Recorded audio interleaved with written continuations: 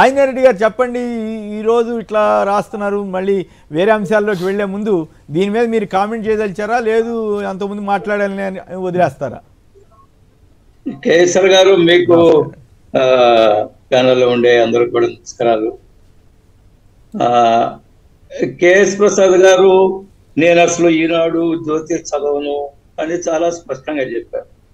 నేను అన్ని పేపర్లు చదువుతాను, ఇంక్లూడింగ్ సాక్షి, అన్నిటితో చదువుకుంటాను, విషయాలు తెలుసుకుంటాను. కొన్నిట్లో నాకు అభిప్రాయ భేదాలు ఉంటాయి, కొన్ని క్రాస్ చెక్ చేసుకుంటాను. కాబట్టి మరి ఎందుకు అంత కోపం పెంచుకున్నారో కేఎస్ ప్రసాద్ గారు పేపర్ల మీద నాకైతే తెలియదు. కేసర్ గారు నాకు బాగా గుర్తుంది, ఒకసారి రాజశేఖర రెడ్డి గారు అసెంబ్లీలో మాట్లాడుతూ ఈనాడు పేపర్ని ఏమన్నారంటే అదొక పనికి మాలిన పేపర్ ముఖ్యమంత్రిగా. నాకు బాగా గుర్తుంది. నేనేమంటున్నా అంటే చంద్రబాబు గారు అన్నది కూడా గుర్తు చేసుకోండి.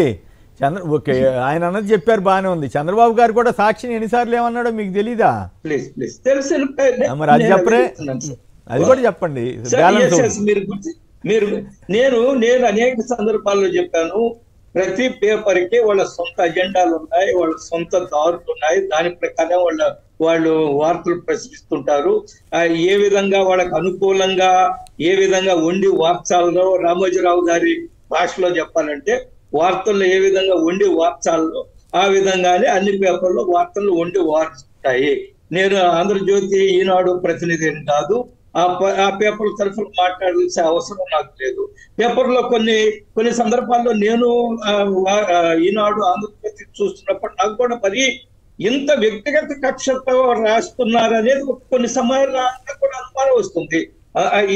ఒక సిద్ధాంతపరమైన విభేదం కాకుండా ఒక వ్యక్తి మీద లేదా ఇంకొకరి మీద చాలా కక్షతో రాస్తున్నారు కదా, ఏమిటిది అని నాకు కూడా కొన్ని సందర్భాల్లో అనుమానాలు ఉంటాయి.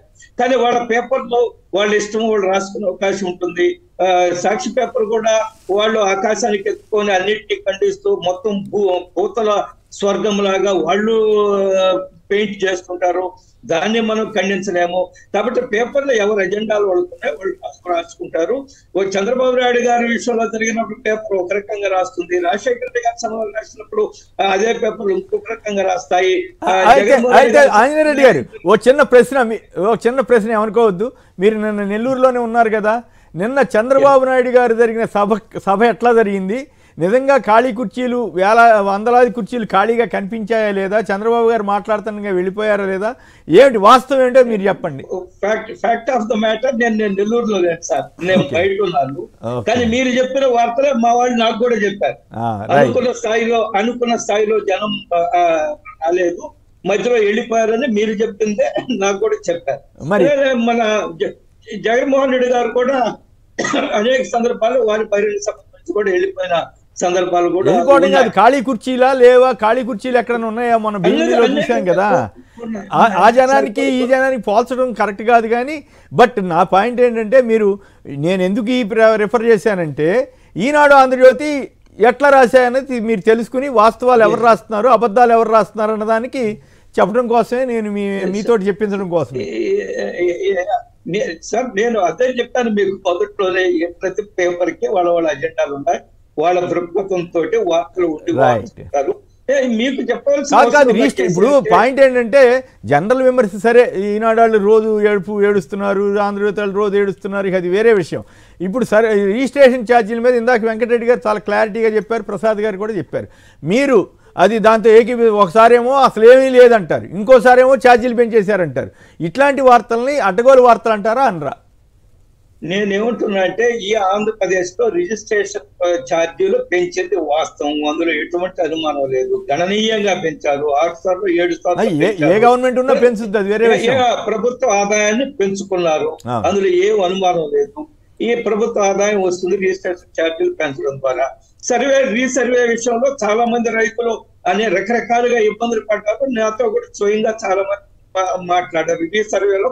నేనేమంటున్నా అంటే, ఏ వ్యవస్థ అయినా సంస్కరణ తీసుకొచ్చేటప్పుడు కొన్ని సమస్యలు ఉంటాయి.